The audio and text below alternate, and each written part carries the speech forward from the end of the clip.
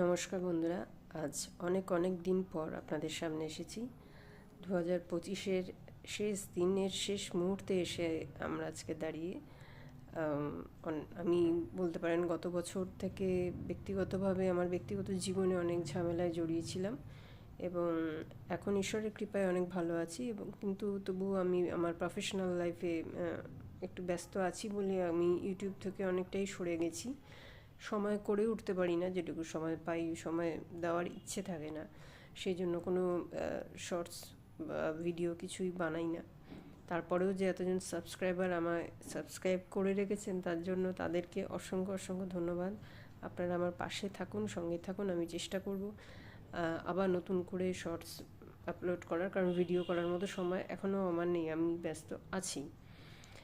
আর বলবো যে বছর শেষ 2025 যেমনই গিয়ে থাকুক বা এখনও যেমনই পরিস্থিতি হোক না কেন, 2026-এ হ্যাপি নিউ ইয়ার কথাটা আমি আর এখন বলতে চাই না। বলবো প্রতিটা দিন প্রতিটা মুহূর্ত সুন্দর করে বাঁচার চেষ্টা অন্তত করুন, কারণ মানসিক শান্তির জন্য মানসিক কি বলবো, আগে শারীরিকভাবে সুস্থ থাকুন, মানসিকভাবে সুস্থ থাকুন, কারণ আপনি সুস্থ থাকলে তবে আপনার আশেপাশের আপনার কাছের মানুষগুলোকে নিয়ে, আশেপাশের মানুষদেরকে নিয়ে আপনি ভালো থাকতে পারবেন, তাদের সাহায্য করতে পারবেন। তাই নিজেকে ভালো রাখাটা ভীষণভাবে জরুরি। নিজেকে ভালো রাখার জন্য যা যা করা দরকার সেগুলো করুন। যারা এতদিন নিজেকে প্রায়োরিটি দেননি, আমি বলবো নিজেকে এবার থেকে প্রায়োরিটি দেওয়া শুরু করুন, কারণ শুধু অন্যের জন্য বাঁচলে হয় না, কখনো কখনো নিজের জন্য একটু বাঁচতে হয়। এটা নিজের জীবন দিয়ে বুঝতে পারি।